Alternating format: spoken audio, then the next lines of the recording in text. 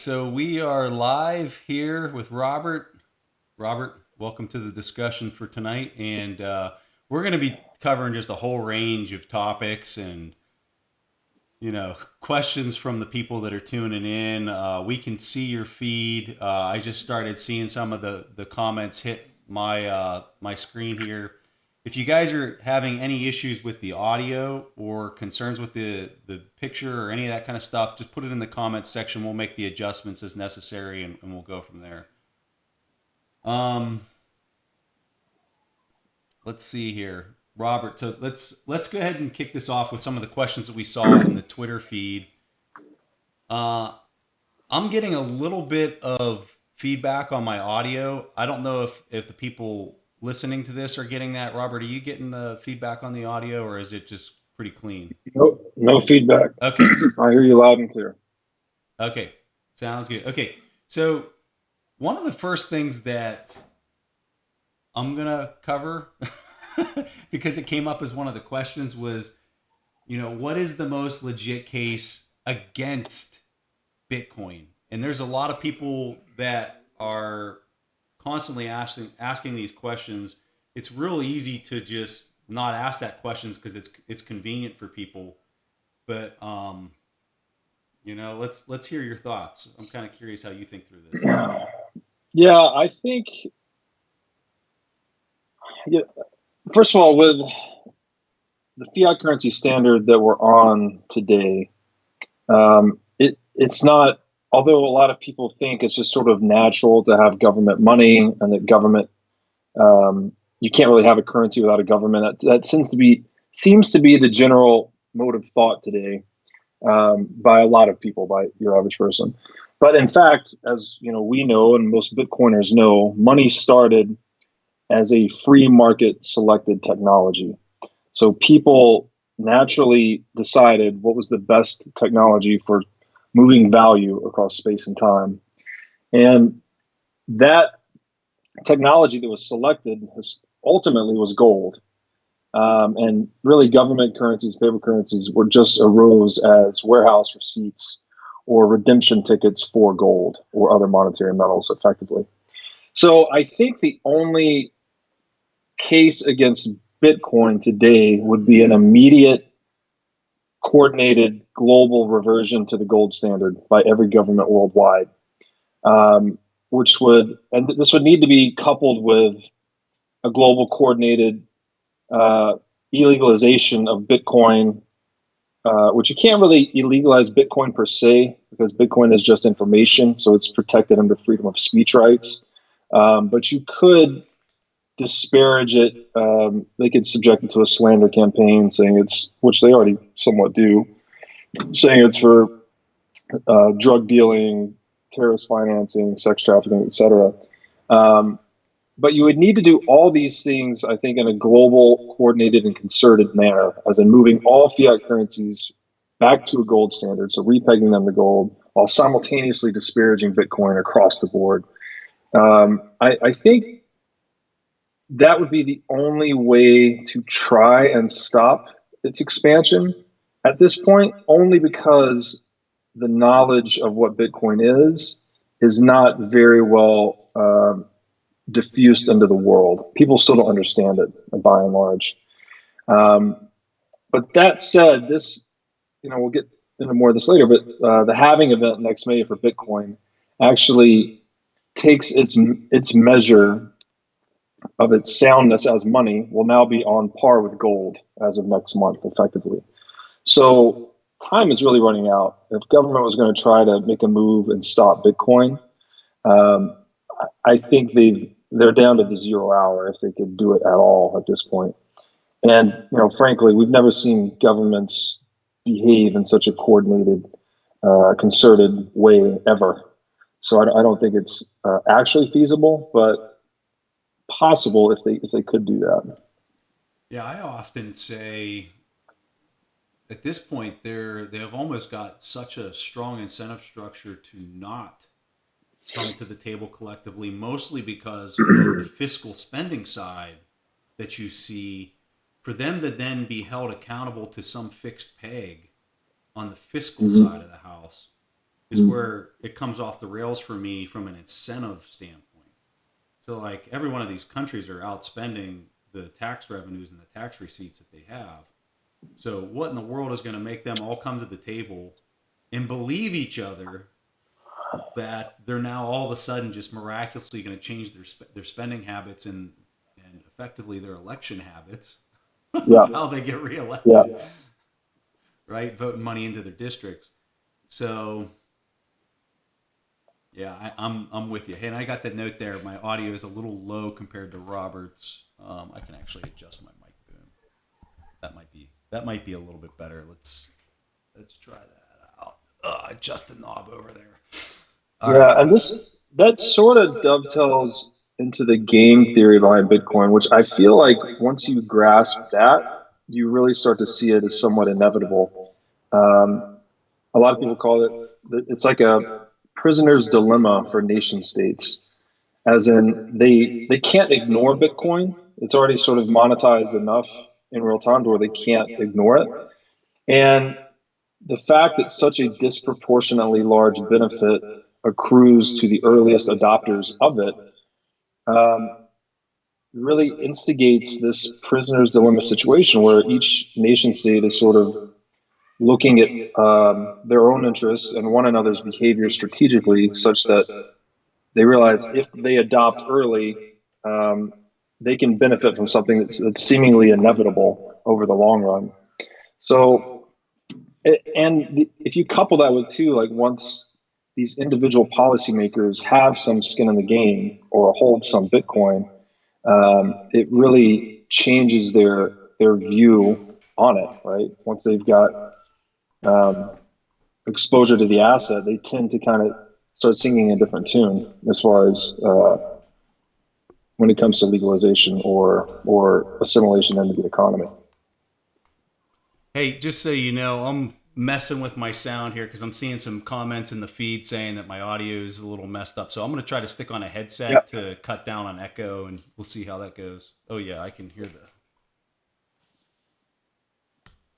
All right, so let's see how that works out. I think that'll work out better. Um, Now it's good. Okay, great. All right, now we can get on to the next one. I just got to wear the headset. Um, if folks have any questions while we're going through this, feel free to just pump the question right into the feed. I can see that, and then I can add it into the video. So I'll just show you a demo here where this person said, Preston, maybe mute your mic. So I'm seeing that, and I can share that with the audience. So yeah. All right. So as we On that look last at topic, mining, there's a lot of people that are talking about the efficiency of the mining process. I'm kind of curious to hear your thoughts on some of that. I was going to say for that last question, if there's anyone that doesn't know what a prisoner's dilemma is, and the Money, Bitcoin, and Time, part 3 of 3, if you just search inside of the piece, the section called the long game. You have audio on me, Preston? Yeah, I got audio. I don't know what's going on because I test ran this last night to make sure I wouldn't have any mistakes for tonight.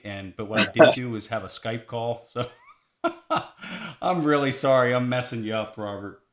No, it's all right. If we could switch if you want, but No. I think I'm good. I think the sound is down enough that folks can hear better now. If not, just comment in there and I'll keep making adjustments as we go. So sorry to mess this up so badly on the technical side, Robert. Oh, good. There's a chart in the section titled "The Long Game" in part 3 that shows sort of the game theory table of what a prisoner's dilemma looks like, and a little bit further down, it just shows sort of the game theoretic situation that everyone faces individually and even at the nation state level. So it's in the game of money. I guess the punchline is scarcity is the Schelling point. It's kind of the default strategy has always been to hold the most scarce money. And, for the first time in history, we have a money that's absolutely scarce, meaning that it has a totally fixed, diminishing, and predictable supply curve that really can't be disrupted because it has a terminal inflation rate of absolute zero. So it's basically perfect scarcity. Um, so, anyways, I think that sort of in making the case against Bitcoin, governments need to act really quickly if they stand any chance at all. Yeah. Yeah. Hey, I want to give you an opportunity to talk a little bit about your paper that you wrote here. Um, I'll tell you, after I read this, it was a straight shot to my printer, and I mean, I printed this thing out and I literally just put it right over there on my shelf. For folks that are curious, the name here, the number zero in Bitcoin, or the number zero in Bitcoin, and I mean, just a hell of a read. I mean, it was phenomenal. I would highly encourage anybody who's watching this, if you have not read that article, my gosh, you need to just Google that title, pull it up. In fact, let me just pull it up here on the screen so folks can talk, or so that folks can see this. And then I want you to talk about what was kind of like the aha moment of like, I need to write this article, because you were seeing what made you see that to write such an eloquent, just amazing article. Did you have a strong math background? It sure seems like you do. Uh, I so I've an undergraduate master's degree in accounting and finance. I'm not a mathematician or anything. A lot of the history of the number of zero, I was actually using books, read two books about the history of zero. But the inspiration for the piece is that one of the most common arguments against Bitcoin is people are just like, what makes Bitcoin different? There's thousands of these things, right? There's thousands of cryptocurrencies. What in the world makes Bitcoin special? And I think without a firm understanding of a couple of concepts, one I got from Taleb is called path dependence, which entails that the sequence of events matters as much as the events themselves in the influencing of an outcome. And then two is game theory, as we just talked about a little bit. If you don't understand these two aspects about Bitcoin, it's really hard to understand how it's different. So it's not even the uniqueness of Bitcoin isn't necessarily in the technology layer, because the technology is open source and can be replicated and copied by anyone. But it is actually in the social layer or the idea layer. So in digging through history, trying to find an analogous example of some idea that emerged that radically reshaped, the economization of human action across time, it was a deep dig. And I finally landed on the number zero, basically. And it highlights a couple of things. One, that I say in the beginning, that many people think Bitcoin is just one of thousands of crypto assets. And that is true in the same way that zero is just one of an infinite series of numbers. But in fact, zero is special, and so is Bitcoin. And then I go into the details of why. But essentially, like without zero, mathematics is still possible, but it's just a tremendously more wasteful and less innovative system. So without zero, and I give an example of like doing arithmetic in Roman numerals, it's just a disaster. Like you have to do all these complicated tables and conversions just to do simple arithmetic. But with a zero, it sort of functions as a placeholder to say like the number 1104, you could have a zero at the tens place. So zero is actually signifying nothing in the tens order of magnitude for the number 1104. And with that, you just get you get a great ability to scale the number system while maintaining a constancy of meaning. So because it added so much efficiency to arithmetic, zero just exploded worldwide. Like it met ideological resistance in Europe, because in the European model of the world at the time was based on the Aristotelian finite view of the universe. They didn't believe in nothingness or the void, and they didn't believe in infinity. They thought all shape and number were kind of the same thing. So zero was like sort of heretical to that viewpoint, but because it was such a useful idea and added so much to trade and economics that it couldn't be ignored. And as we know today, the Hindu numeral system, which is based on zero, outcompeted all other numeral systems, and now it's a universal language. So the argument there is it's more to focus on the idea of what Bitcoin represents. I say it's a discovery of absolutely scarce money that's out competing all other monies because it's essentially it is the zero of monetary policy, if you will. And then, I draw a number of examples of why that's true. So I guess the inspiration in general was to try and defray these arguments of people saying, it's not Bitcoin, it's going to be Ethereum or Litecoin or whatever in the world. I needed a really strong historical example for why Bitcoin is effectively an unstoppable idea. Hey, so here's a question that somebody posed that I like. Here it is. How long did it take you to write the article? I have been thinking about this for a long time. I've been facing that argument for years. Why is Bitcoin different? Whatever. And you start going into, it's path dependence and game theory, and people just gloss over, right? They don't understand what you're saying. So you're like, I need a real example of something that's done this before to concretize what Bitcoin is. And I guess I landed on zero in probably November of last year. I published an open letter to Ray Dalio, had some feedback on that, kind of the same old arguments I'd seen time and time again. And I was like, all right, I've got to find the real historical example.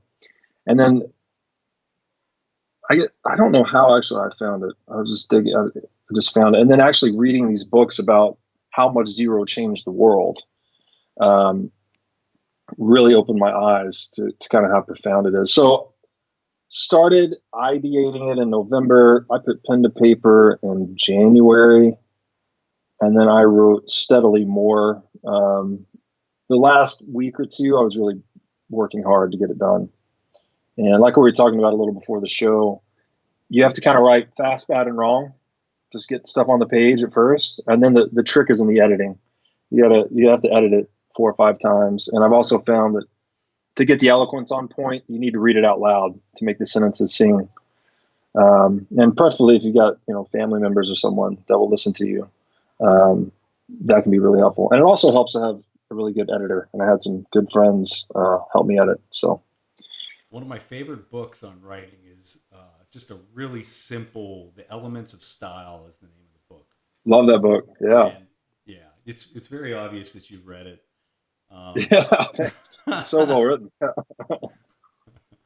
Yeah, you can usually tell when somebody's a fan of that book. But hey, I want to just pose a real simple question for you, because I'm seeing all the people's comments kind of in the feed, and there's a ton of people out there that just really are maybe starting their journey. They just started learning about this maybe a month or two ago, and what would you say is the thing that is the biggest misconception for people that are first learning about this stuff? What is the thing that just every time you just kind of roll your eyes, just like, oh my God, how can't people understand that this thing is whatever? It seems like the initial one is always you can't have a currency without a government. People are like, you have to have an army enforcing the use of the currency, otherwise it doesn't exist. And when someone says that, they're just betraying a total ignorance of monetary history. I mean, we have 100 years of governments enforcing the use of a currency. Before that, it was always redeemable or was in fact monetary metal. It's money, like everything else we use in the world, is a tool that arose on the free market. And it was monetary metals were naturally selected as the tool that best served the function of moving value across time and space. So that's where money began. It has its roots in a free market history.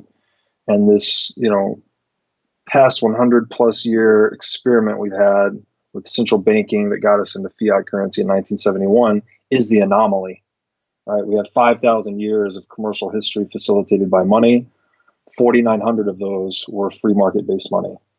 Only for the past 100 years have we had central banking, or what I like to call monetary socialism, because it's just central planning in the market for money. Mm-hmm. And as we all learned in the 20th century, central planning doesn't work.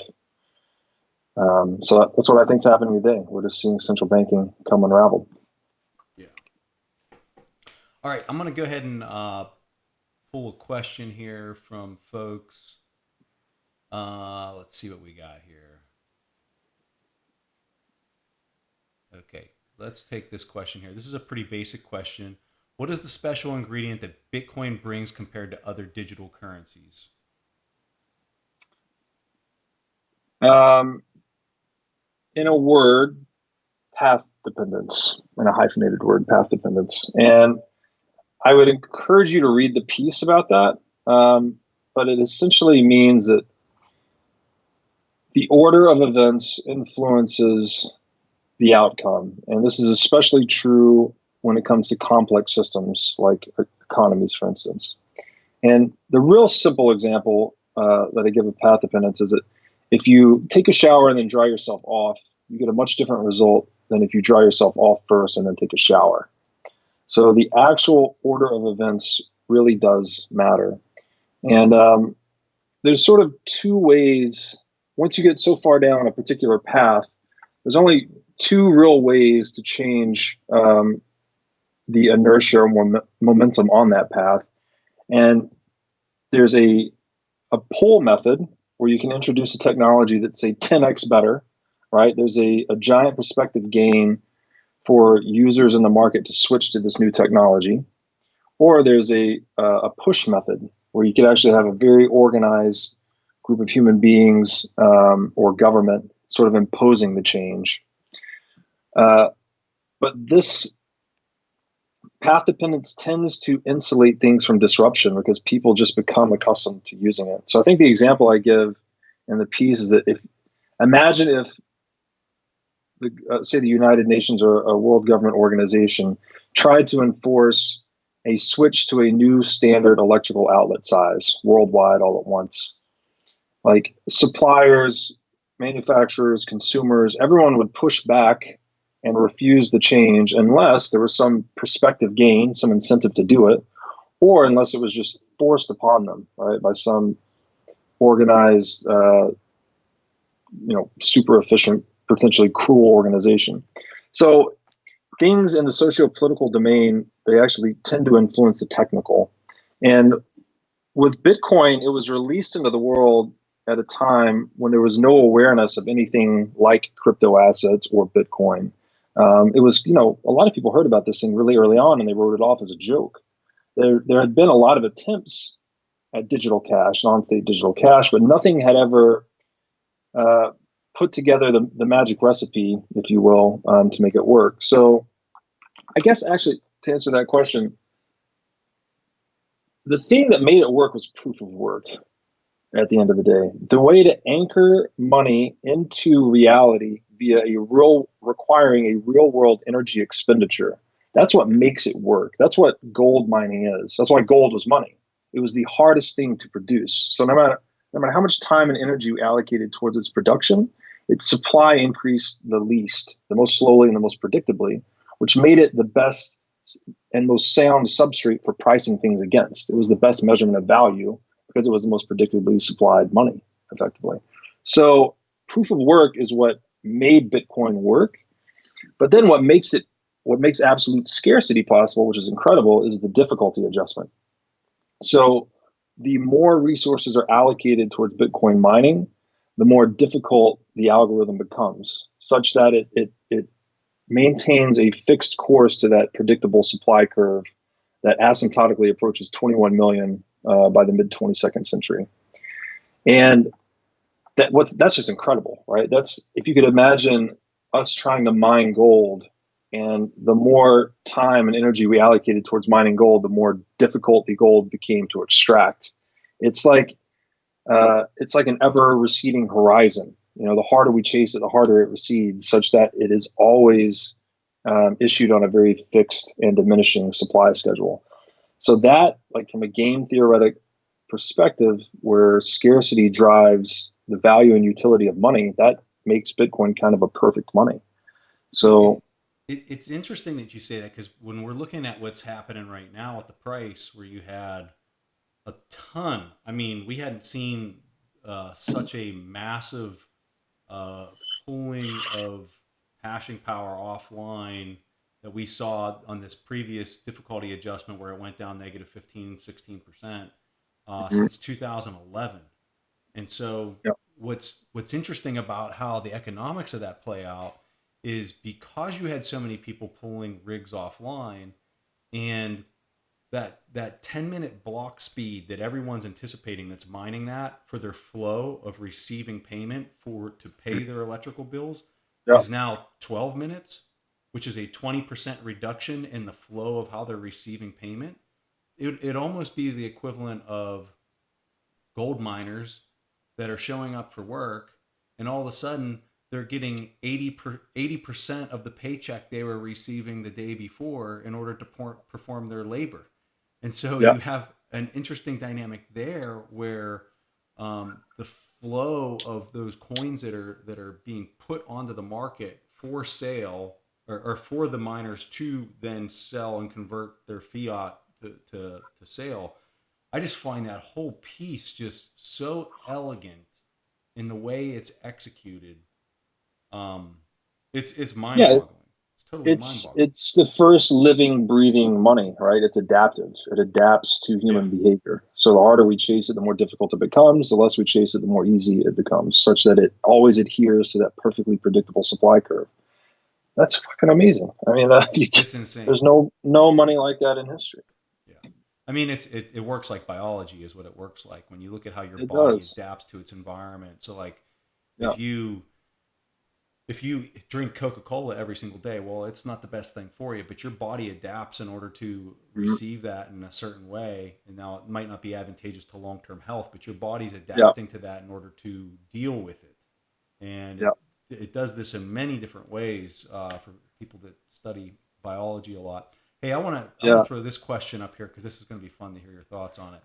Yeah. So, One other, if you don't mind, on that yeah, last one, one more interesting thing about that is, and not a lot of people talk about this, the perfect predictability of the Bitcoin supply curve is the closest thing to perfect information we've ever had in economics. mm-hmm, If you remember from Econ 101, we talked about like perfect competition, monopolistic competition, these things. Very few things in the world have anywhere near perfect information about their supply. Like we kind of learn it in real time as we produce things. But with Bitcoin, you know definitively what its supply is and will be forever. Like everyone yeah, knows that today.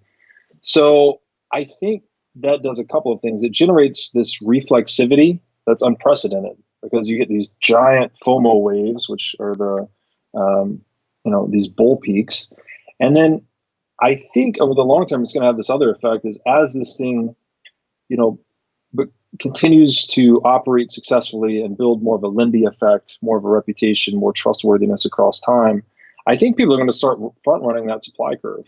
Like as yeah, long as the market cap keeps expanding in line with its, stock to flow ratio or supply curve, what do you want to call it? Um, every time that cycle adheres, there's an increased probability that people are going to front run it. And that yeah, it sort of makes Bitcoin a self-fulfilling prophecy. And you're kind of back to this organic nature of it. That's really interesting. yeah. I completely agree with you.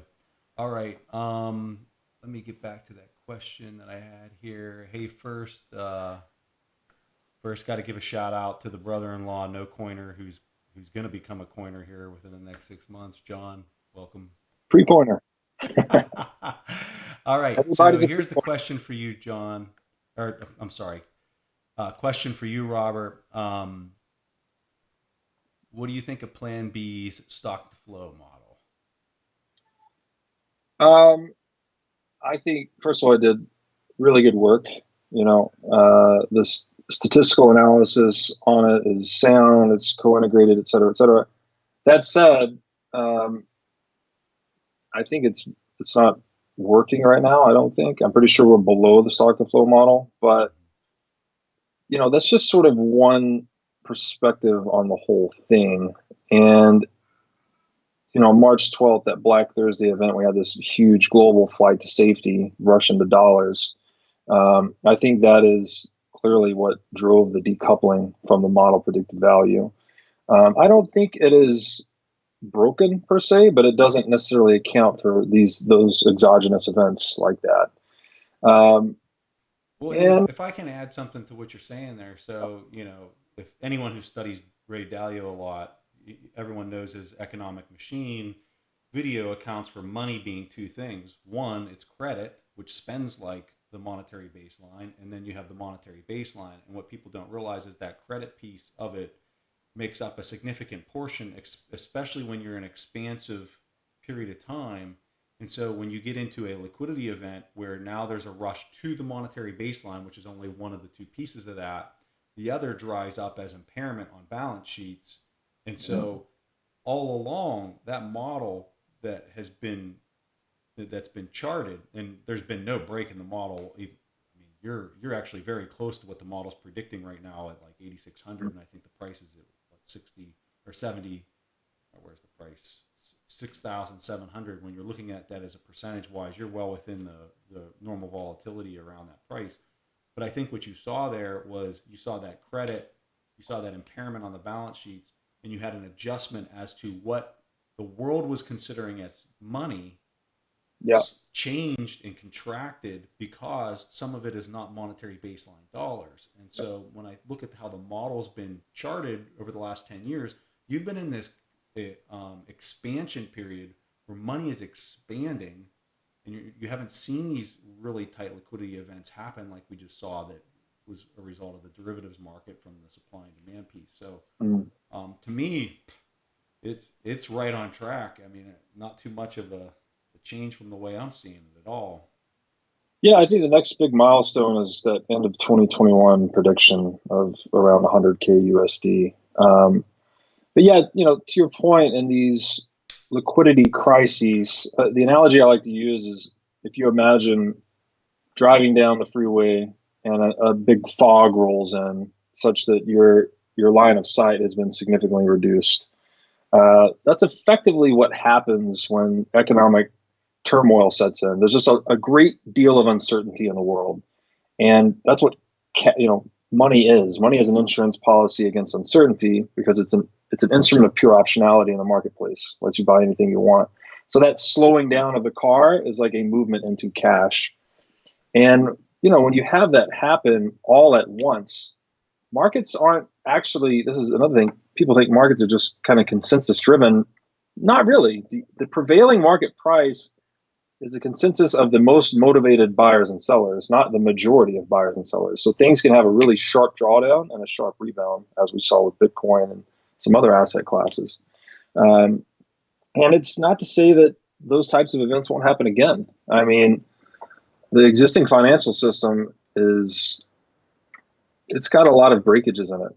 And, we see central banks now pumping it with liquidity at an unprecedented scale and not creating that much of an uptick in the market. So again, I think it just sort of lends credibility to, my perspective that we're in the end game of fiat currency. These things are designed to self-destruct, and you're seeing central bank policy tools just as ineffective as they've ever been.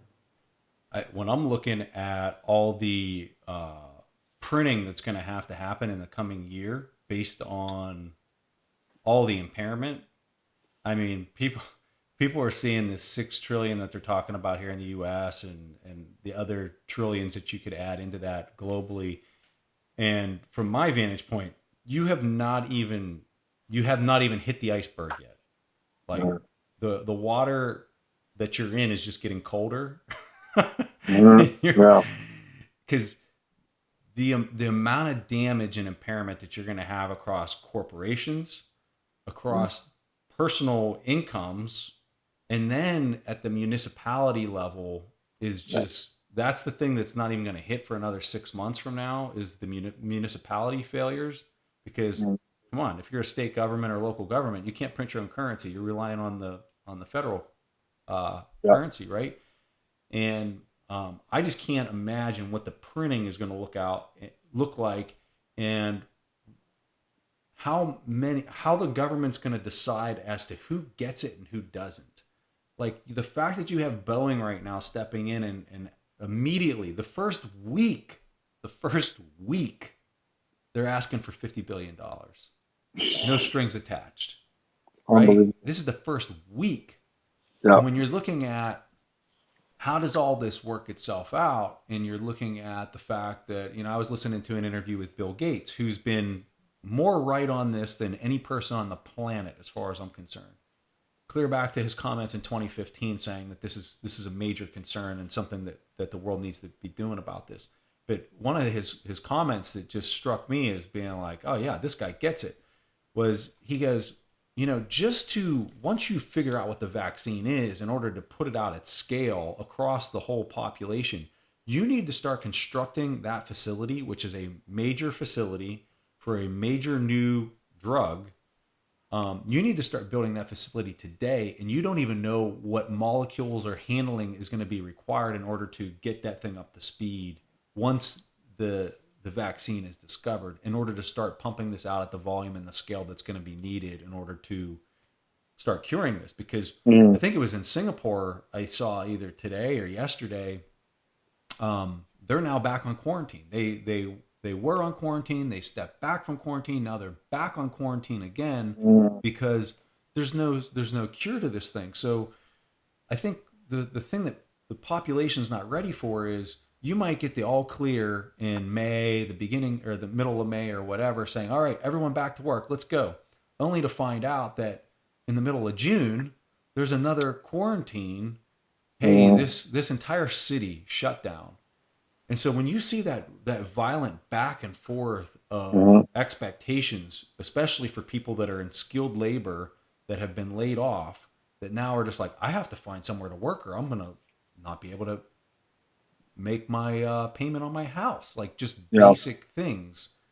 People are not accounting for any of that and the amount of printing that's going to have to occur in order to just facilitate some of this. Yeah. And, I think there's a number of things there. So to have this total economic shutdown effectively worldwide, right? Not total, but say 80% of all economic activity has grinded to a halt.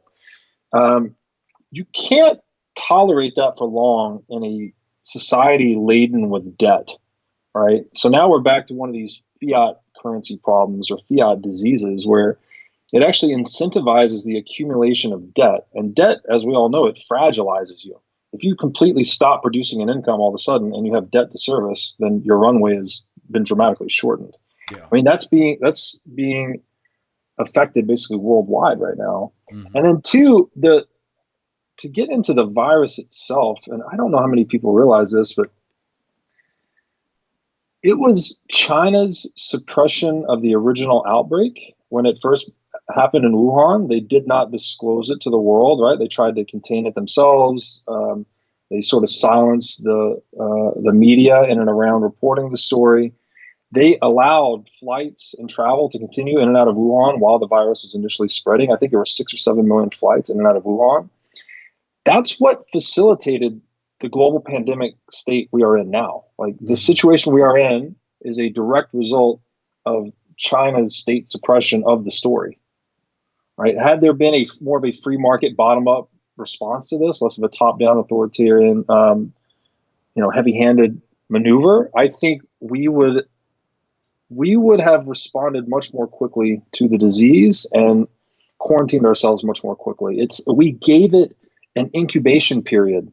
The government gave it an incubation period in China and then let the flights go out.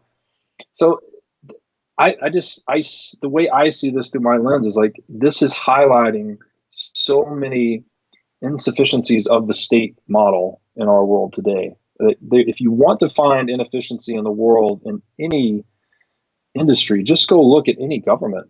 I mean, they're incentivized to be inefficient effectively.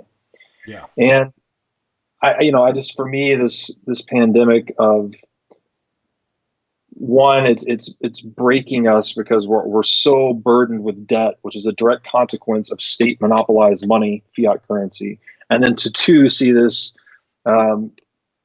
very inadequate response and even a state response that actually facilitated the virulence of the disease, I think is just it's really an eye opener Yeah. for the world we're living in. Yeah, I think that people are seeing the response. Are saying, "All right, everyone's locked down.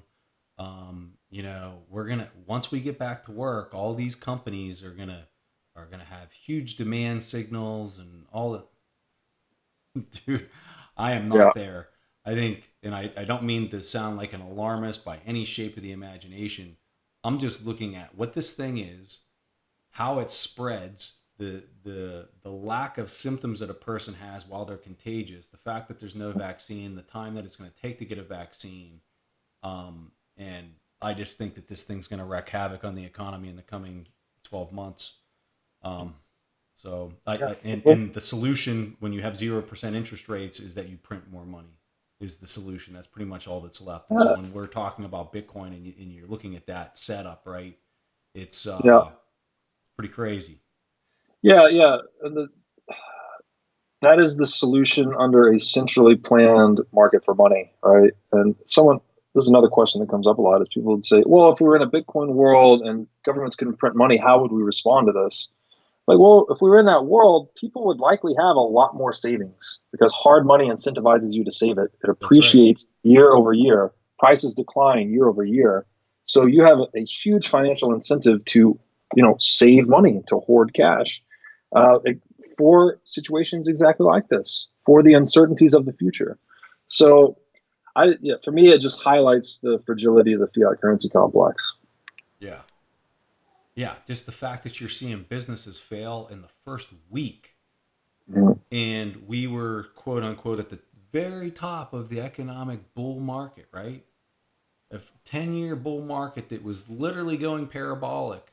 But Yeah, the first week of contracted sales on the top line of these companies' income statements, and you had mega cap companies stepping yeah. in saying, I need $50 billion The same today. companies that have been using their free cash flow for the past 3 years to buy back their own stock, right, and to Yeah, do corporate executive bonus payouts, and it's just how much will the taxpayer tolerate?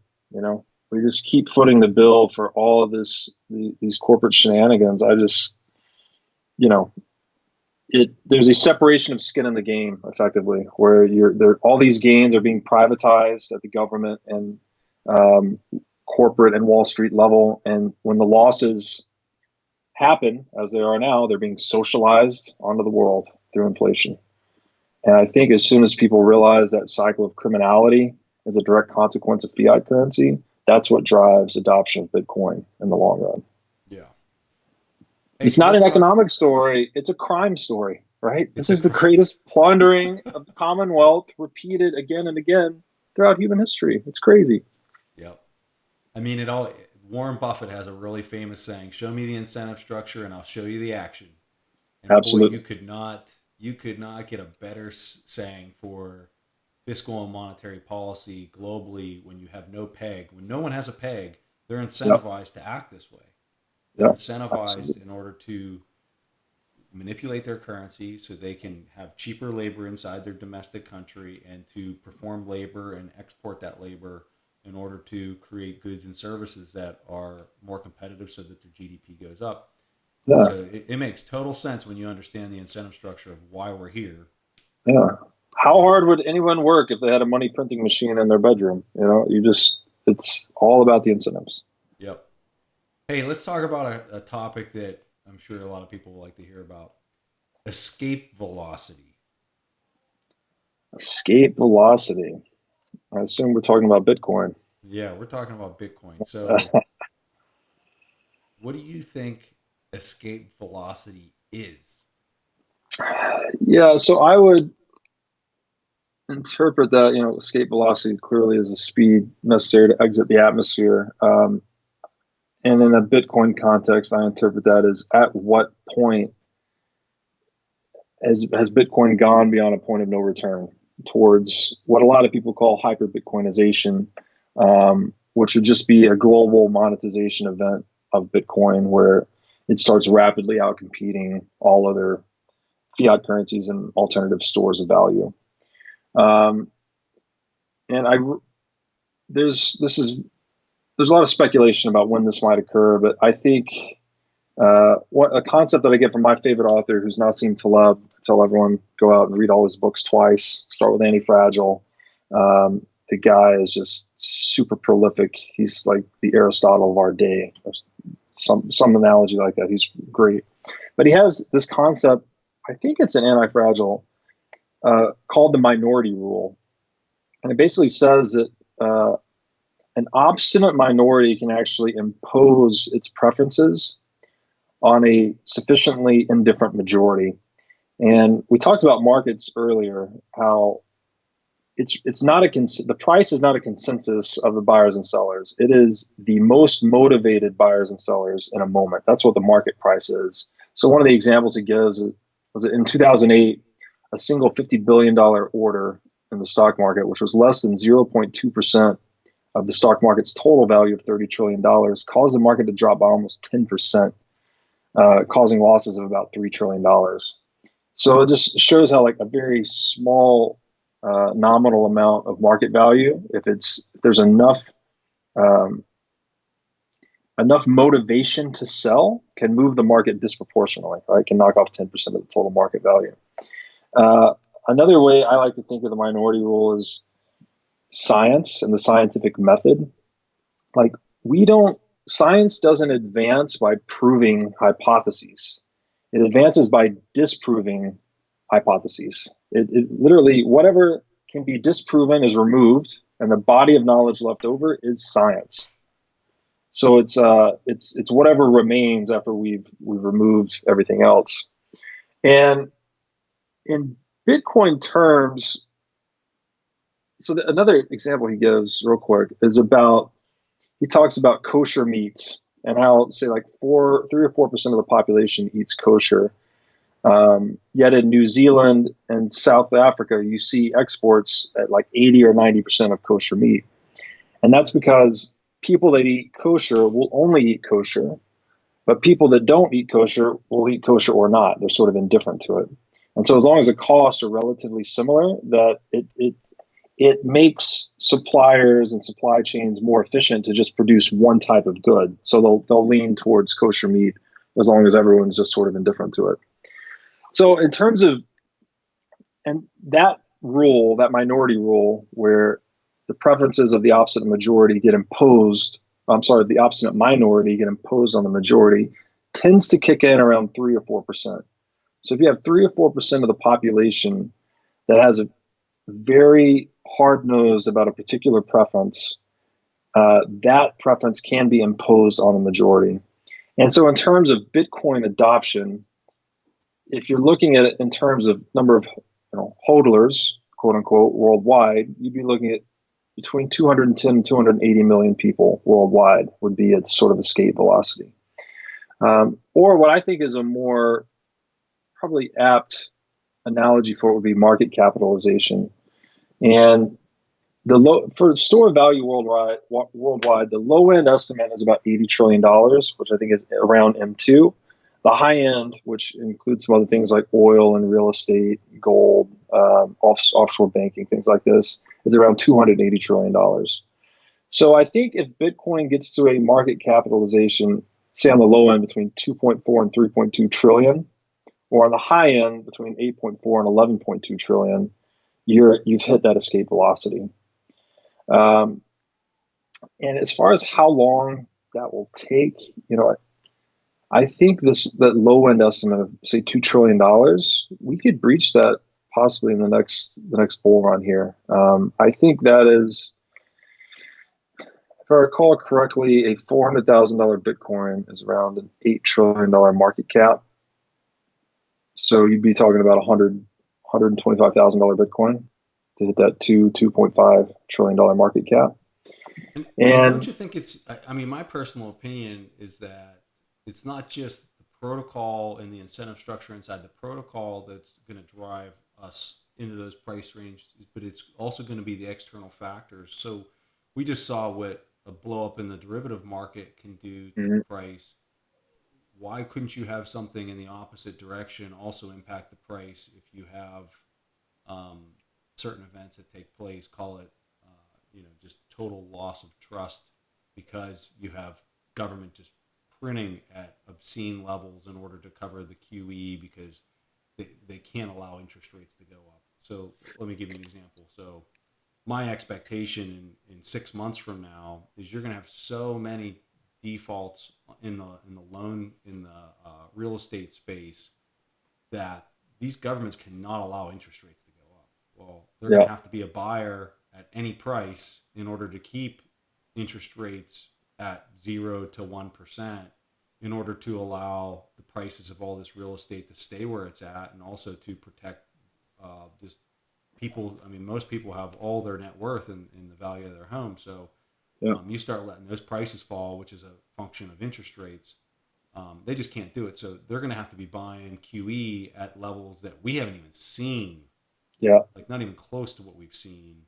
And that's just the individual. That's not even talking companies. That's not even talking the municipality stuff that we were talking earlier. So like all of that printing is going to materialize itself and Mhm. be an external factor in addition to the incentive structures that are already built inside of the protocol. What are your thoughts on that? Yeah. In general, you know, it's important to understand that fiat currency is debt-based money, right? It's not money. It's not redeemable for gold. It's just monetized government credibility. And if you look at the U.S. government's credibility, it's what are we, $23 trillion in debt now? Like if we were a corporation, we would be a junk bond, but somehow we're still, high rated government bond because of military or whatever. Um, so I think that, debt based systems require steadily more debt to sustain themselves. So again, we're in this next wave of how much more money do we have to print? How much more debt has to be created just to keep the U.S. dollar and U.S. Treasury market alive? And all the while, this huge expansion of money and credit is juxtaposed over a diminishing supply curve of Bitcoin. So like it provides an exit option for individuals that want to opt out of the existing financial system, and it also just provides sort of an unstoppable free market floor where even if normally they would just print and print and print, as long as U.S. Dollar is a reserve currency, they can sort of externalize a lot of these costs onto other currencies worldwide. But now there's this alternative that they can't control the supply of, so it always sort of shows the score, so to speak, of what's actually happening. So it'll be very interesting to see, how much the Federal Reserve has to increase its balance sheet, to maintain homeostasis across all these domains you've mentioned, and then how much that actually impacts uh, the value of the most inflation-resistant asset in human history, which is Bitcoin, right? So, in short, we're living in the most inflationary conditions that the world has ever seen. Mm-hmm. So it's very smart to have at least some exposure to perfect inflation-resistant Bitcoin. So I like this question here. This is from Jason March. Um, he he asked the question, "How will credit markets work if BTC was the peg?" Yeah, in a hard money world, debt is just much less of a thing. Again, today, there's a common saying: a dollar today is worth less than a dollar tomorrow. Right? We're just used to the value of fiat currency being inflated away. But if you stop and think about this just intuitively, what do we do in an economy? Right?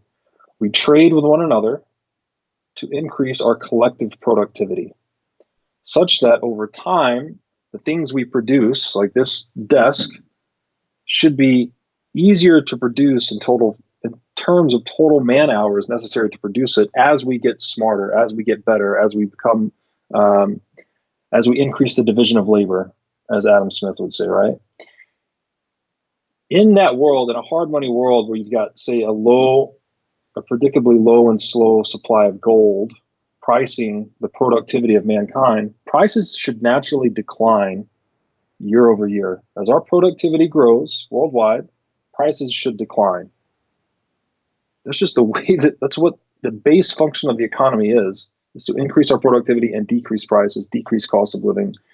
And if the value of It's your the money is going up in that environment, it's a Yes, counterbalance to yeah. exactly right. It's common. Another common thing for us to not think about is that when we buy anything, we're actually selling money, right? You're always trading. So in a world where prices are declining, the same thing is your money is appreciating. So when your money is appreciating year over year, like imagine how that would change your thought process. If all of a sudden I could get that whatever hot rod car you want, but it's going to be 10% cheaper next year if I just hold on to my cash because I know my cash is appreciating. Like it incentivizes you to defer consumption. And Austrian economists would say this lowers your time preference. So it makes you a longer term thinker. And the flip side to that is savings are the source of investment. As people save capital, they only invest in projects that they think will outperform the net productivity of the world. So if productivity is increasing at 3 or 4% a year, you're only going to invest in a project that you think can do 10 or 12%.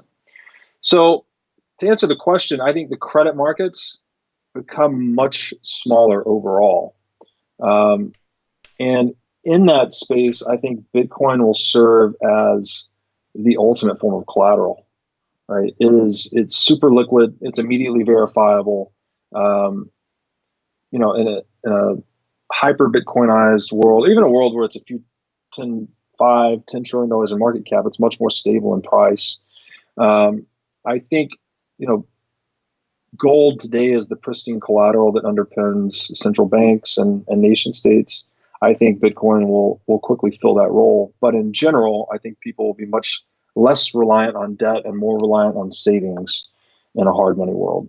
And I think if you went back in history and looked at how large credit markets were throughout Mhm. history, they'd be nowhere near anything that we got going. Now, Not of even course, we're close. living in a digital world, but like, there is no way they looked anything like this. No, I think they were like definitely less than 20% of GDP, probably more in the neighborhood of 10%. Whereas today, what is global debt? 325% of GDP and rising rapidly. I mean, it doesn't even make sense. What is Yeah. 325% of income debt? That doesn't make sense. It's not serviceable. So we're quickly approaching the end game of some kind. I don't know if it's a debt jubilee or what, but it's just not the level of debt we have today is not serviceable. Yeah. Okay. I like this question here. Okay. What do you see as the biggest barriers for widespread BTC adoption? Um, I mean, governments face an existential threat from all this. They clearly can. You can't regulate the Bitcoin network. There's no law that could, turn off open source software worldwide, but they can attack the endpoints. So they can more heavily regulate the exchanges. They could target the mining network a bit more, but it's a bit difficult to detect that.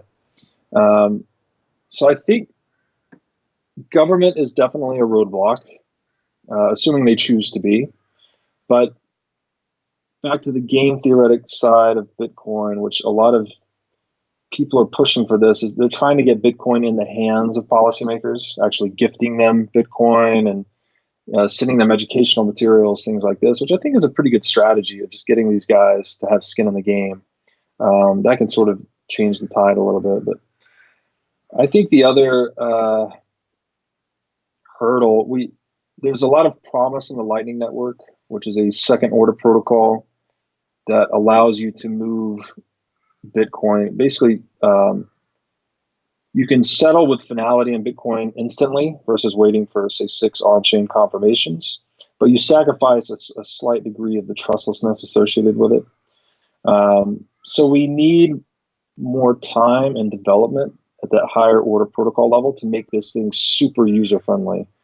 Um, but that all comes in due time. I mean, right now the incentive is to just accumulate or, as I say, occupy as much territory on the only absolutely scarce monetary network in human history.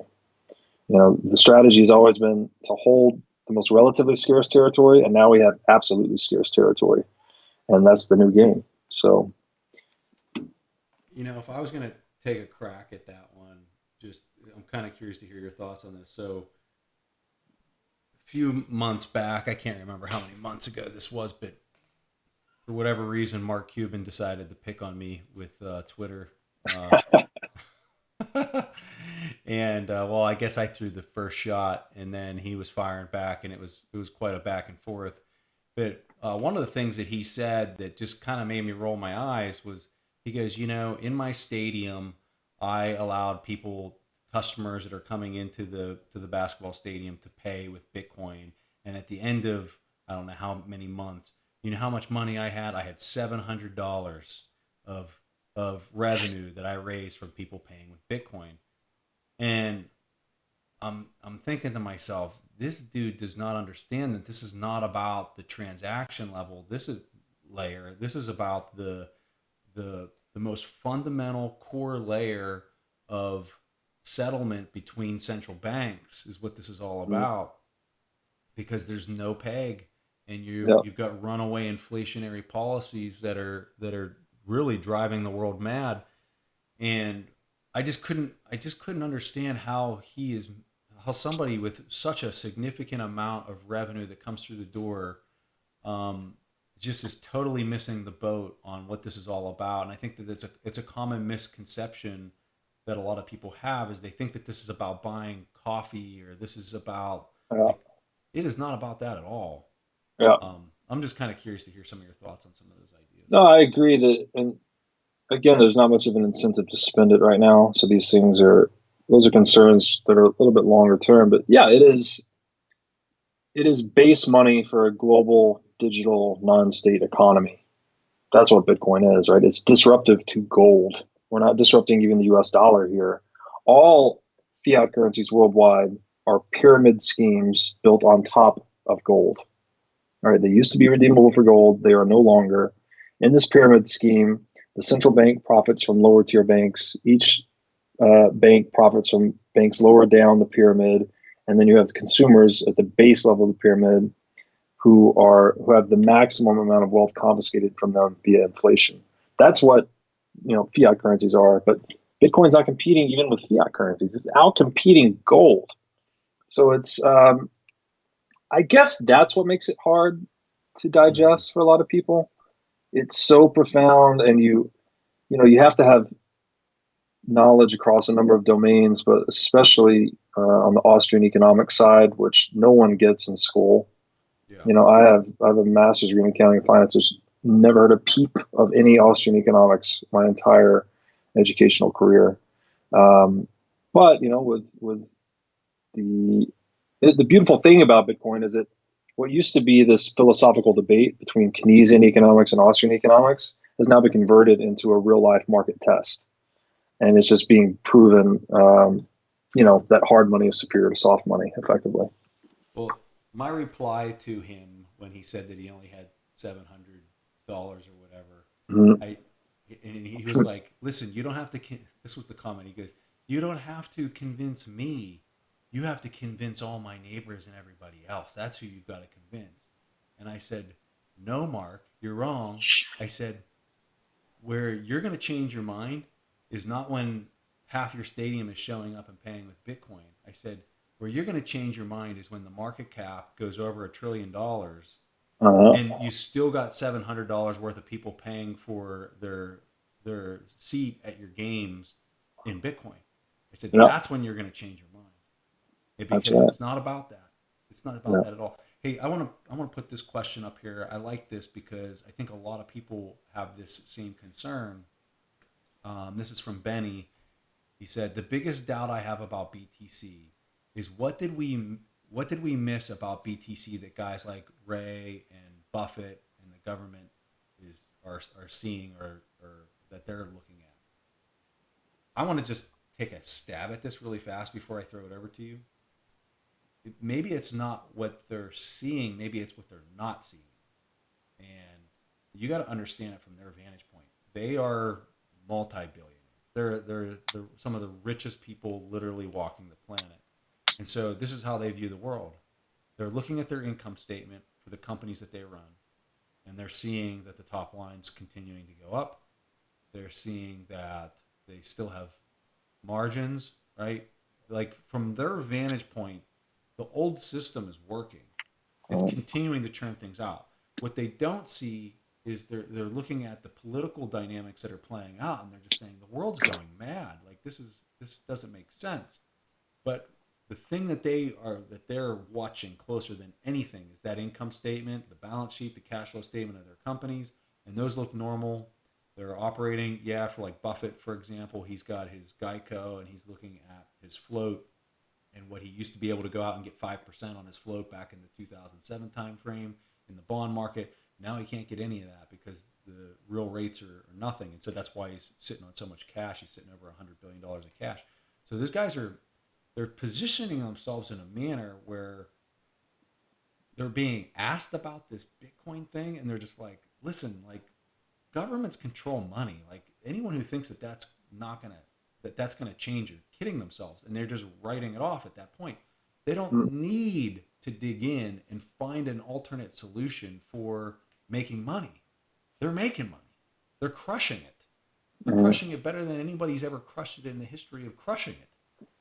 So I yeah. think that might be one of the main reasons why you're seeing this now. I think especially for Ray, I think if you see the price go over $1 trillion on the market cap for Bitcoin, I think Ray's going to look at this and say, all right, there's something going on here. Let me dig into this more. Let me find who the smartest person in the world is. Let me have them educate. And you might even see that with Buffett as well. But at this point, the fact that it's a couple $100 billion, they're looking at it like I own a company that's worth 3 times that, right? Mhm. So they're just looking at it from a different lens, in my humble opinion. I'm curious what you think. I agree completely. And then I actually put them in two different buckets. So for me, Buffett and Berkshire, those guys are super traditionalists. They don't touch tech. They don't get tech. I think 40% of his portfolio is banks, right? So he has almost this incentivized or willful ignorance about all of it. And whatever, he's missed every tech stock that's ever existed. So I don't think he's equipped to even begin to understand the value prop of Bitcoin.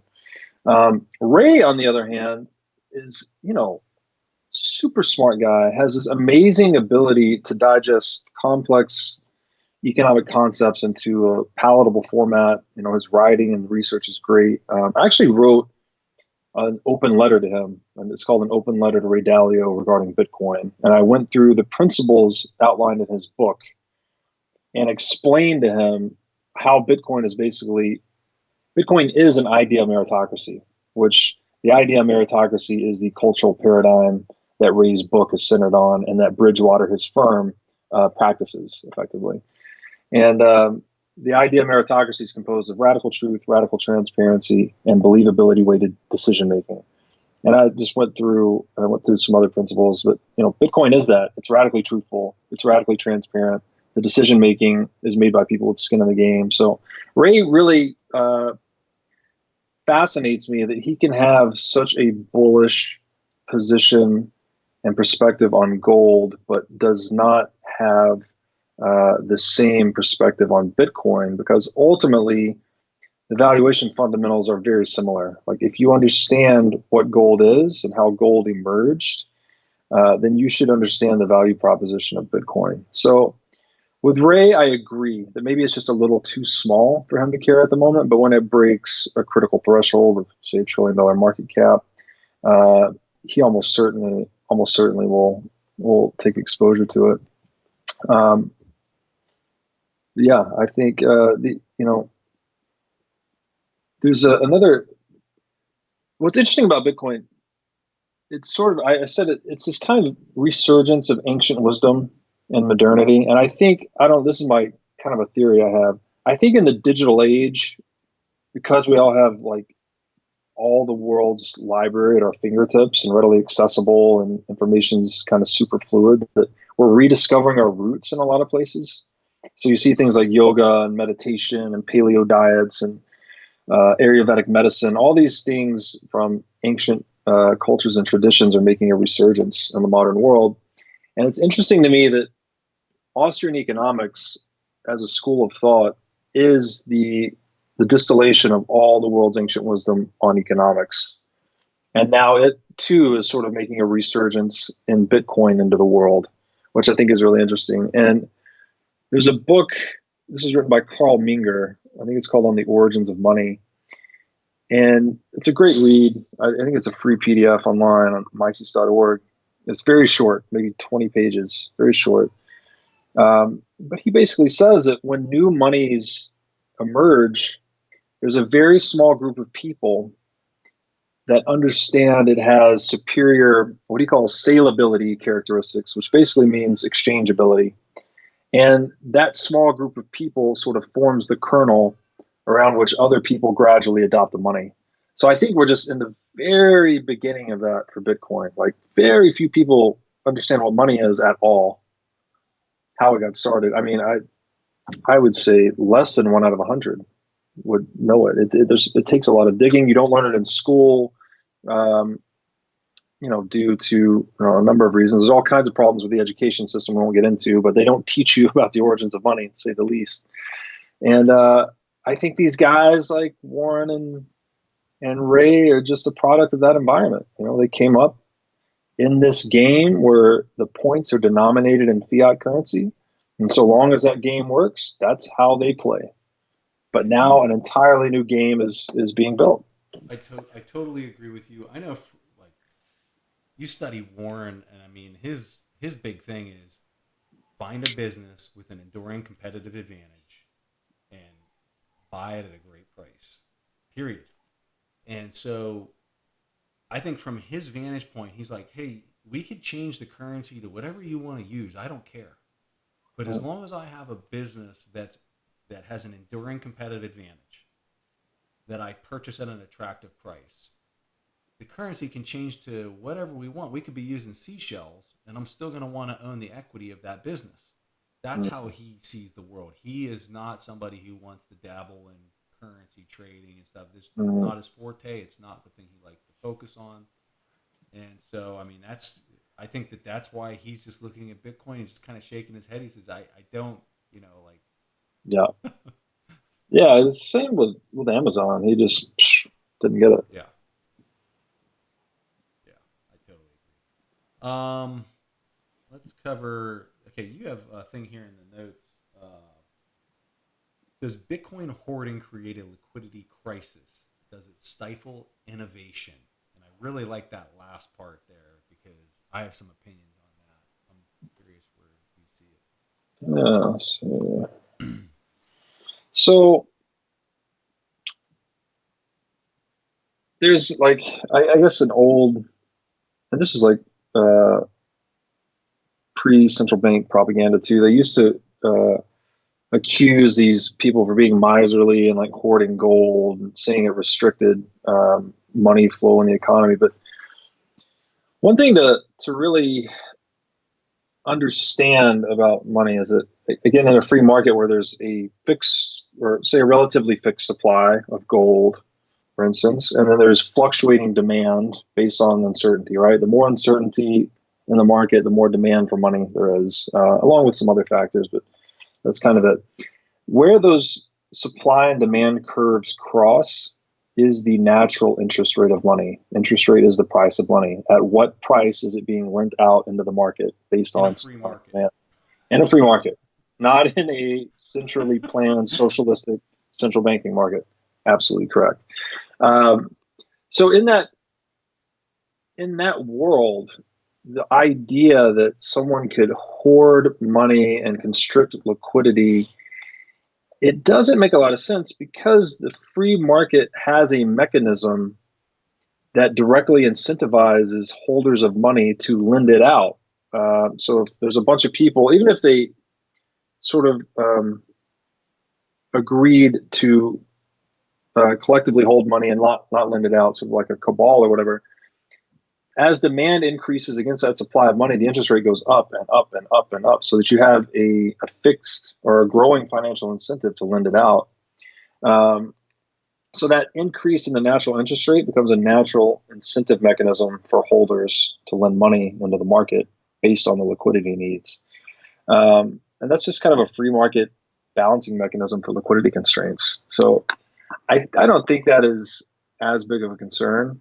People people seem to be fixed on this notion that we need a central bank to flood the market with liquidity when times are bad. But the thing, like all other free markets, it regulates itself via the incentives and self-interest of its market participants. It'd be like Um, it'd be like in biology, if you started catching a cold, you would never want your body to be able to fight it off on its own. You want to just immediately take the medicine and not allow yeah, your body to ever get sick yeah. and develop an immunity to what's happening. That's effectively what you're doing when you have policies like that. It's a super apt analogy because it creates a short-term analgesic effect, right? You kind of flood the market with liquidity, things get better, people are trading, nominal prices go up, but it exacerbates the long-term consequences because you've just distorted price signals, you've worsened the boom and bust business cycle.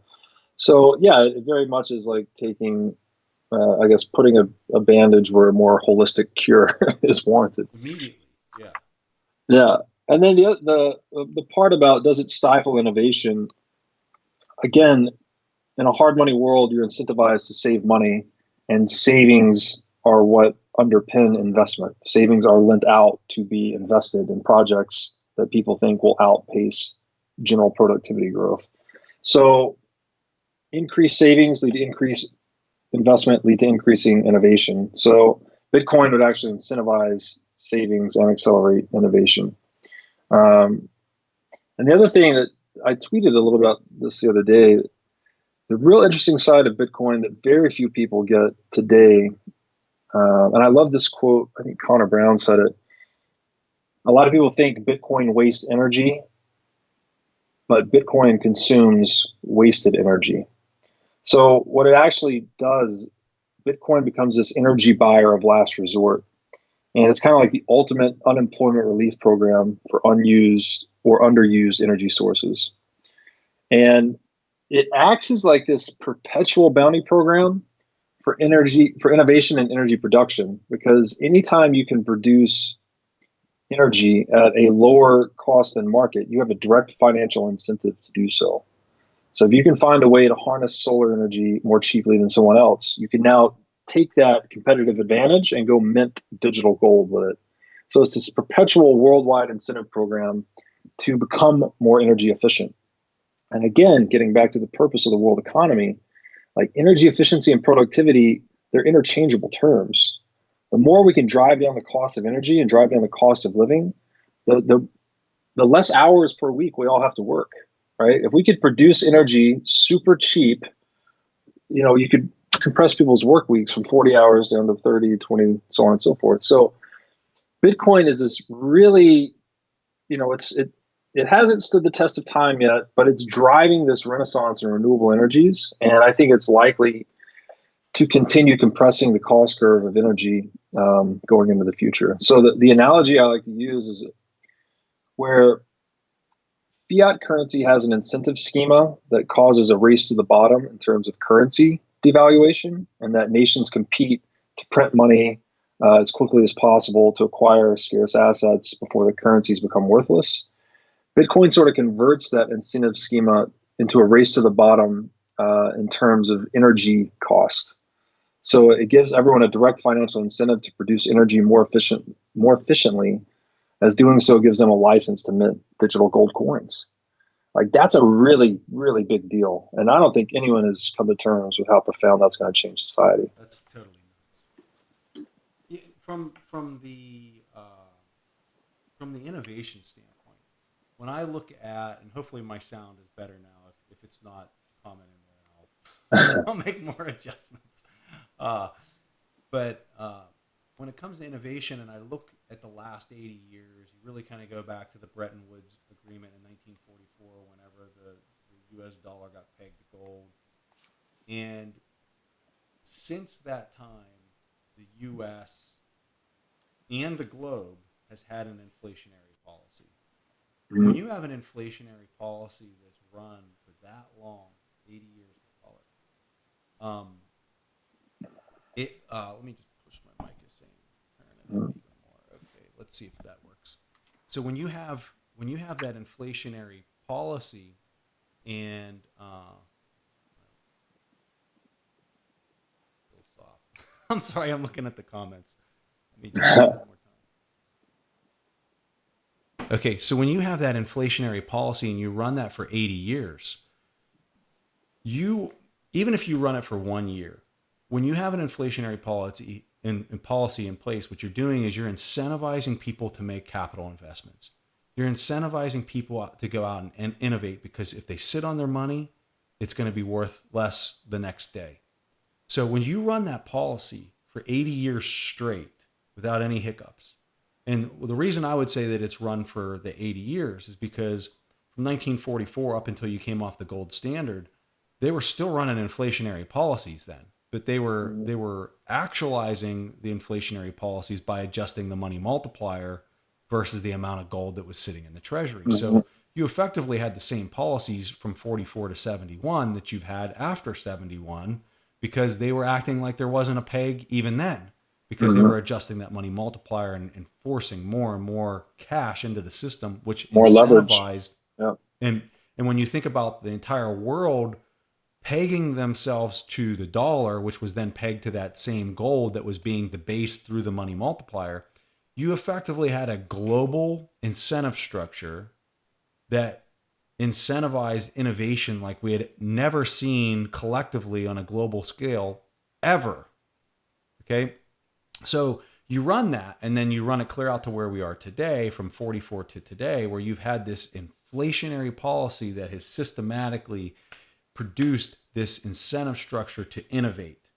And let's think about how much innovation has happened in the last 80 years. It's Yeah. been indescribable. It's been, people look back in time like, well, it's just an exponential thing. And that's how we were able to just start doing machine learning at this point, right? Like, you look at some of the technology that's coming out, and it's mind blowing of how fast everything's moving. My opinion is that all of this mass innovation that's happened in the last 80 years is a direct result from those policies that we've seen from central banking. So now, as I look at, okay, let's just say Bitcoin does become a global peg. Let's say Bitcoin does become global money at that point. And it's deflationary money, because as people lose their private keys, there's less of it. Now what you're doing is you're setting a incentive structure in place that is the exact opposite of that. You are now incentive, and it really depends on how deflationary the currency is. If it's not very deflationary at all, well, your incentive structure is not going to be like anything like we've seen, right? But let's say that it is quite deflationary. I think that you're going to see a significant slowdown in the speed of innovation. Significant, because people who are sitting on large treasuries of Bitcoins, I know I can just speak for myself, like the Bitcoin that I have, I mean, I'm only going to invest that if there's one hell of an investment out there, right? Because guess what? It's going to keep going up. It's going to keep going up in value. That stuff is going to continue to appreciate in value over time. And so when I'm doing the math on the discount rate, like, I'm going to have sky high discount rates, which means I'm not going to be willing to pay much for almost anything when I'm doing valuations on businesses based on the free cash flows that they're producing. Like, it needs to be something that's really pumping out some serious cash flows for the money that I'm going to be willing to give up for a guaranteed more buying power in the future. And so when we think about that incentive structure, I think it's going to be very profound. And I think that I have concerns about the shock to the system, especially as we transition, because I think these next 2 years are going to be, holy moly. I think the shock to the system is going to be insanely profound. Yeah. I think it's going to be very profound. And I think that the shift in the incentive structure is going to be drastic. I mean, you're going to have, think about how people function. They function off of their habit loops. So much of what you do in the day is pushed into your subconscious. Majority of it. People drive to work and they don't even remember driving to work. Like, it's so pushed into their subconscious. Well, that same thing happens on a macro scale with spending habits and how elected officials act and how they behave on a macro scale. It's just like how the brain works. So much of it is pushed into the subconscious. They're acting in manners. They're trying to push money into their districts. They're trying to do all these things that are just subconscious habit loops on a macro scale with how fiscal spending takes place, not just in the US, but pretty much globally because of the incentive structures that have existed through an inflationary currency for 80 years. So now you're stepping into a world where that is now flipped on its head, and people are going to find out real fast that if you elect somebody who is not dialing back the spending and being responsible based on the tax receipts that they're receiving, that their buying power as a nation is going to just get obliterated. Yeah. Obliterated. Yeah. It's going to change so much. It blows my mind when I think about it.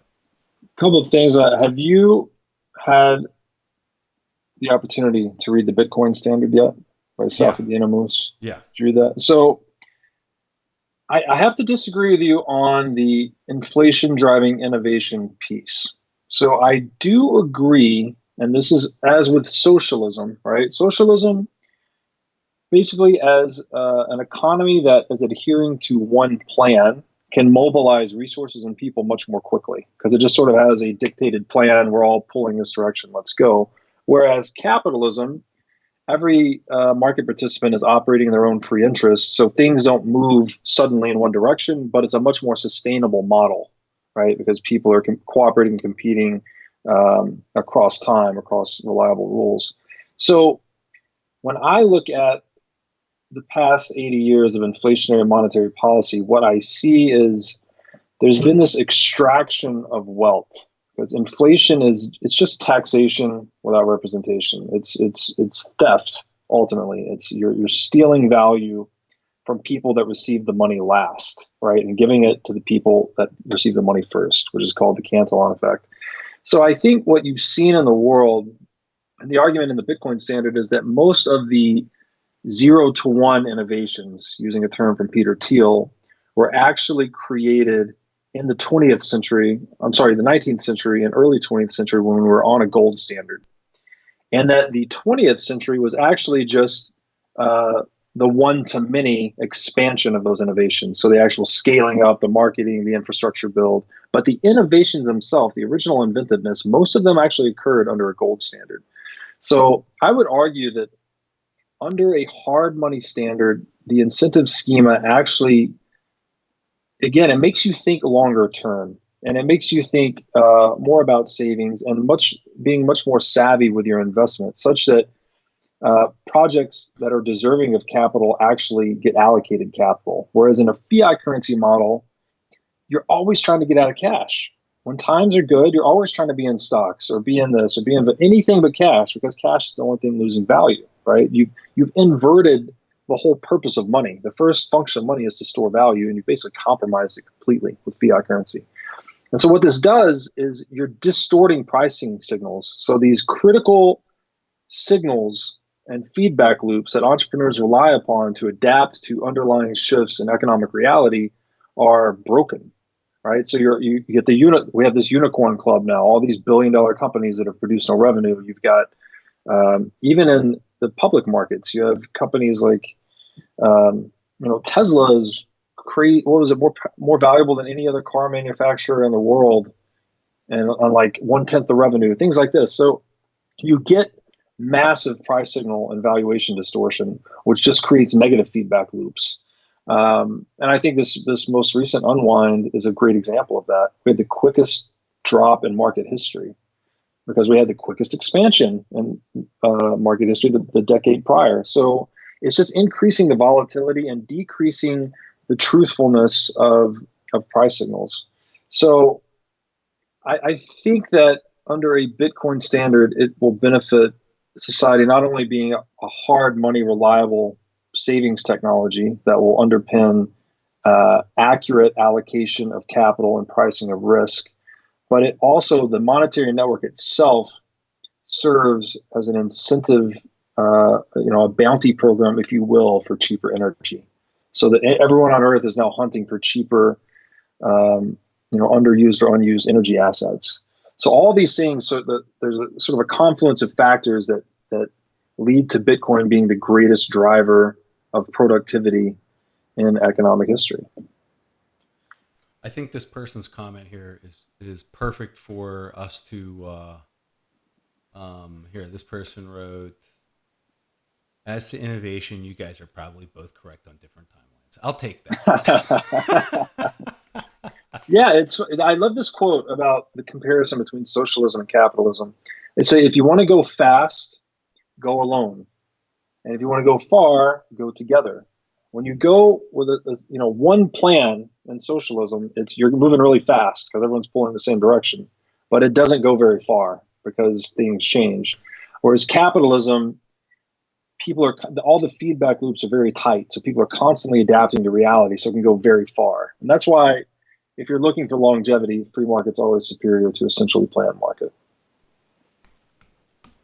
Okay, so I just posted send your last questions. So we're probably going to get a barrage of final questions here from folks. We'll try to answer them quickly and do a rapid fire kind of thing. If you guys got a rapid fire kind of question, post it in there, and if we see it, I'll quickly just pop it into the queue and let it go. It takes a second for some of the questions to populate in here. Is there anything while we're waiting for that to happen? Is there anything that you would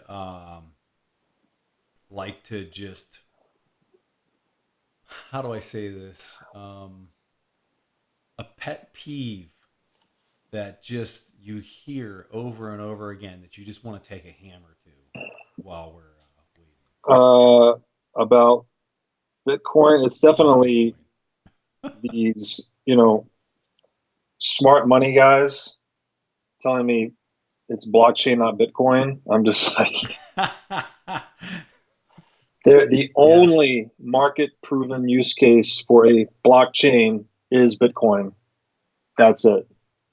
So if you're telling me that it's blockchain, not Bitcoin, it's just asinine. Um, Oh, there was one question I could maybe hit on real quick. I thought was good.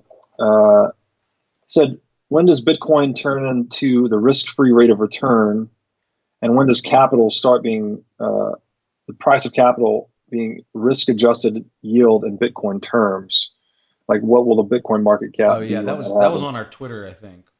Yeah, and so first of all, risk-free returns. This is another euphemism of central banking. There's no such thing as a risk-free return, right? This is just what the government calls the return on their debt, which assumes that they cannot default, but history clearly tells us otherwise. So I think risk-free returns are just a euphemism used in monetary socialism. And in a market run on free a free market run on absolutely scarce money, you should see the value of Bitcoin again increase commensurate with global productivity, as money is effectively a call option on this productivity, as it's a call option on anything people can produce. So I think capital will be priced in Bitcoin terms gradually by early adopters, kind of like it is today. I know a lot of guys that are denominating their portfolios in Bitcoin, and then suddenly, which will be kind of in the wake of USD hyperinflation or hyper Bitcoinization, which is, that came from Hemingway's saying that's how you go bankrupt, gradually, then suddenly. I think as central banking goes bankrupt, that's what's going to change the price signal denomination from dollars to Bitcoin. And it's also the title of a great series of Bitcoin writings by Parker Lewis. If you guys haven't read that, well, then Chain Capital, he puts out some good stuff. But I thought that was a good question. Okay, let's see here. Here's a question from Maddie. He writes, if fiat currency dies, hyperinflates, what happens to equities, or when do you ever withdraw them? When do you withdraw out of the equity market? Yeah, I think he's just getting at, so how's the stock market going to perform through something like this? And, in Ray Dalio's book, Big Debt Crises, Mm, he has a great part in the book that he addresses that exact question. He says, when you get into a hyperinflation scenario where the governments are printing full press, you're going to actually find that the stock market goes up through that period of time. oh The yeah, thing that I think is going to surprise people is that relative to the new currency or to that pegged standard that'll be used, your buying power is decreasing through that. yeah, So you can go back to Venezuela, you can look at Argentina. There's plenty of examples throughout history that you can yeah. look at stock market charts they go up. They look really juicy in nominal terms, but in real terms and protecting the labor that you performed and storing Mhm. that labor that you performed, that that buying power goes down into the future. Mhm. Now there's going to be some stocks and some equities that outperform that index and that would probably keep up with the new currency that's being adopted. But as far as what those are, that's something that you'd have to look at which type of companies perform well in a highly inflationary environment in order to be Mhm. positioned in that way. That's how I would probably answer Yeah, I first of all, the best performing stock market in the world was Venezuela last year, right? So if you need a lesson in what hyperinflation does, it has this illusory effect where, again, as you said, it's driving nominal values through the roof, but in reality, there's not any actual safe haven of value being stored. Um, I think too in the stock market. First of all, I would say for me personally, right now, as a risk adjusted bet, I don't think there's anything better in the world than Bitcoin. With that said, if you still want to be in equity markets, it's a pretty easy function to just denominate those values in Bitcoin as well, just to give yourself a reality check, right? It might be surging in US dollar terms or whatever fiat currency you're in, but check it against gold or check it against Bitcoin, and that should give you a more realistic barometer of how it's performing. I like this question. So Dan wrote, "Are all these puzzle pieces that are the world's economy speed up Bitcoin's adoption?" I mean, if you had to put it in a real tight nutshell, you've got way more dollars chasing way less Bitcoin. And as long as those supply curves continue to diverge, like we keep printing more money, we keep producing less Bitcoin, that is equivalent to an increase in the USD value of Bitcoin. Flat out, that's what it is. The divergence of those relative supply curves. And just to I, give you an idea, this the numbers are mind-boggling with this. So in the year 2020, there are about 328,000 Bitcoin. So, I'm sorry, say it's 2021. So we have a full year of the new halving. There are about 328,000 Bitcoin produced in the year 2021. How many Bitcoin do you think are produced in the year 2100 annually worldwide? 0.31. That's how quickly the scarcity escalates in this money, yeah. and that is what's driving the game theory and the rapid expansion of its market cap. It's like it's an unstoppable idea, as I wrote about. I mean, it's really mind-boggling. Well, we talked a lot about incentive structures, and whenever you look at the incentive structures, and then you look at how you were talking about this earlier about the price tracking to the cost to mine. But when you have Moore's law allowing miners today to buy a mining rig that is outperforming miners of 4 years ago, and you look at the margins that these new miners are able to capture with these new rigs, that further compounds this incentive structure and this flywheel that keeps spinning the Yep, market price into the higher. So when you get into a halving event and all these miners that have rigs that are older that can't compete, they're shutting down their rigs. Well, guess what? All these miners that just purchased their new rigs, they're way in the money. They've got fat margins. They can handle the 50% reduction in flow that's now hitting the market, and they're yep, mining the living crap out of it. And then they don't need to sell it either because even though you took a 50% hit in the flow of it, they're still able to sit on not nearly as much offloading in order to compensate their electrical yep, costs. And so that incentive structure, because you yep, got Moore's law in there, is just grinding it yep, all the more to track that yep, energy cost. And after the halving event, you get a lot of the speculators that make it blow out within the next yep, year and a half. But yep, then the economic reality of the difficulty adjustment is what kind of brings it back into the harmony of where that intrinsic value of the energy costs are at. So whenever I look at that question, I basically say, um, I don't I think no matter what, Bitcoin is going to continue to march along at that stock to flow model valuation metrics that we're seeing. The better question is are all these events that we're seeing today going to allow it to hit escape velocity where it separates away from that stock to flow valuation and it becomes a full blown global currency? If I Mm, was going to answer that question, I'd say before this whole coronavirus and before all this mass printing that's going to be needed in order to deal with what we've got on our hands right now globally, I would have told you, yeah, it might go another 2 cycles. And when I say mm, cycles, I mean 4 year, yeah, periods. yeah. It might need to go another two before you'd hit that escape velocity. Today, I'm looking at this next 4 year period and saying, yo, I think this is going to happen within the next 4 years. I think Yeah. there's a way higher probability of that than the cycle after that. Yeah, again, you're back into that perfect predictability, right? As people see the economic consequences of this diminishing supply curve, and if it's actually driving market cap expansion and it's driving, hash rate growth, that you just start the game theory really kicks in, and you have to start front running it. So in the example of the miners you just gave, like there's an increasing period of time where people realize that, okay, the halving is going to drive this value, it's going to flush out inefficient miners, and give a kick to the price. People are going to try to front run that more and more and more and more and more, right? So that just is more opex and capex coming into the mining network, Yeah. which feeds that positive feedback loop. So it's basically makes Bitcoin's mining network become more secure, which increases its demand as a store value, which increases its price, which makes mining more profitable, which makes even more capital expenditure come into mining, which makes the network even more secure, and so on and so forth. That's what's propelling the expansion and proliferation of its network.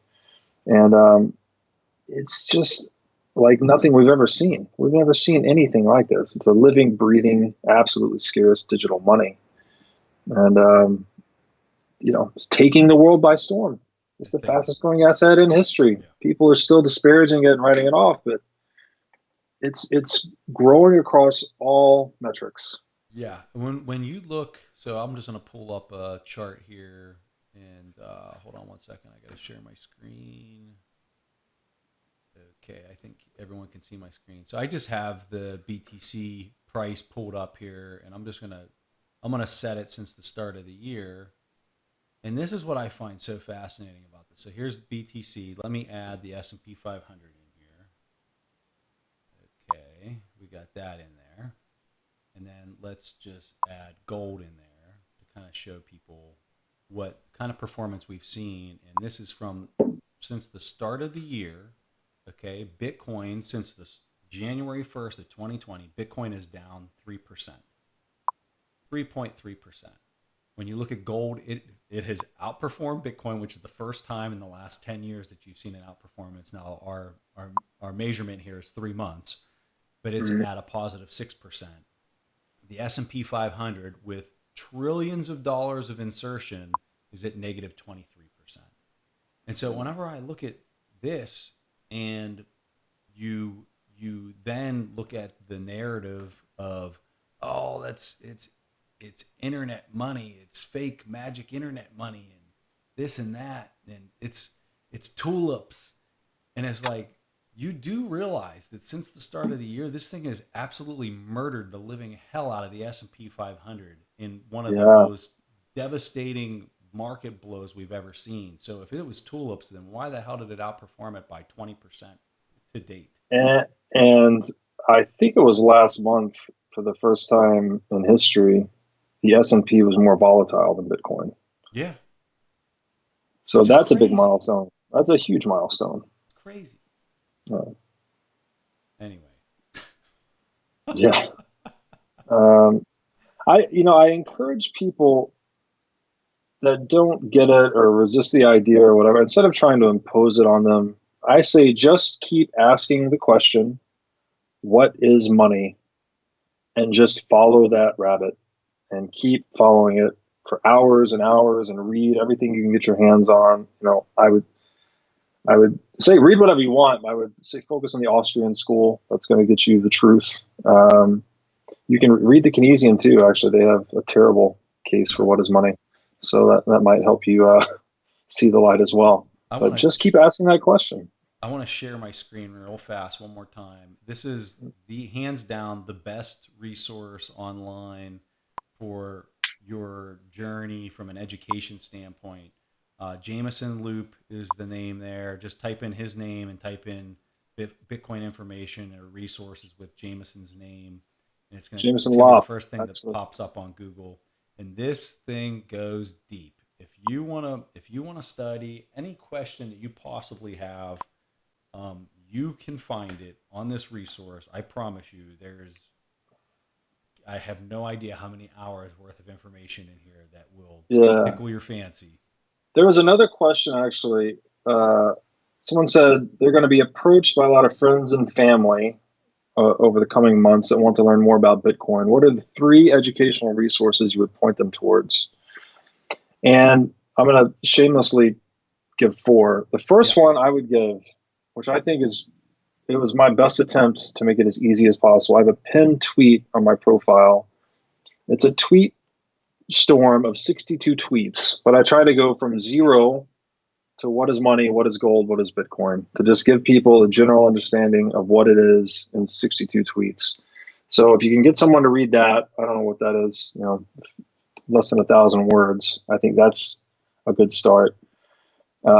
If you can get them to read a book, the Bitcoin Standard is very comprehensive. It goes through an intro to Austrian economics, history of money, covers what Bitcoin is.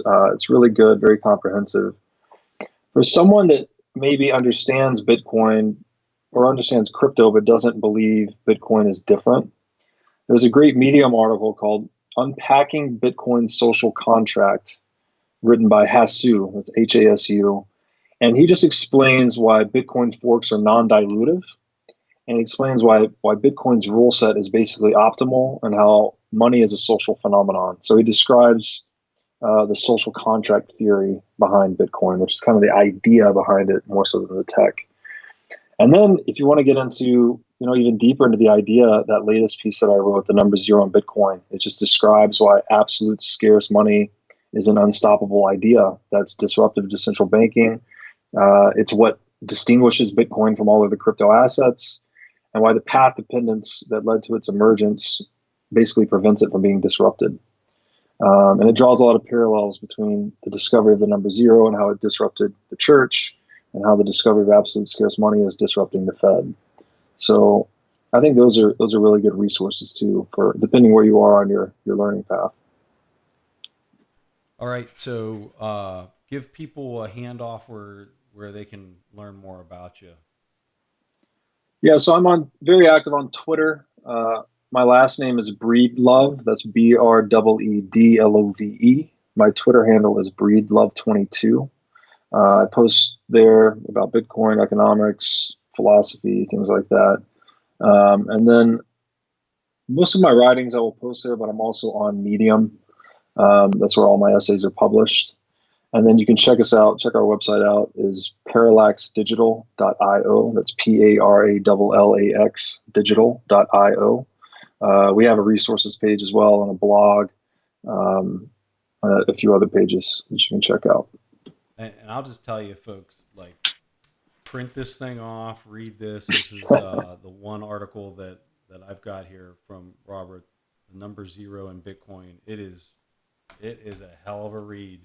And then he also has other articles that he's written on Medium. I would just tell you, click on his name on those Medium articles, and then you can see the other ones that he's written.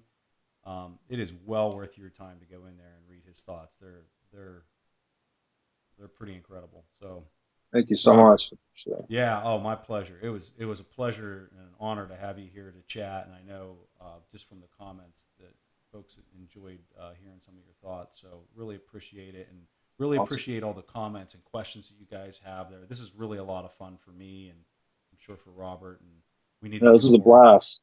Yeah, Yeah, thank you so much. yeah, we need to do it again. We definitely need to do it again. So Let's other do it. than that, that's all I got, man. I really appreciate your time. Yeah, Preston, I appreciate it. Thank Yep. you.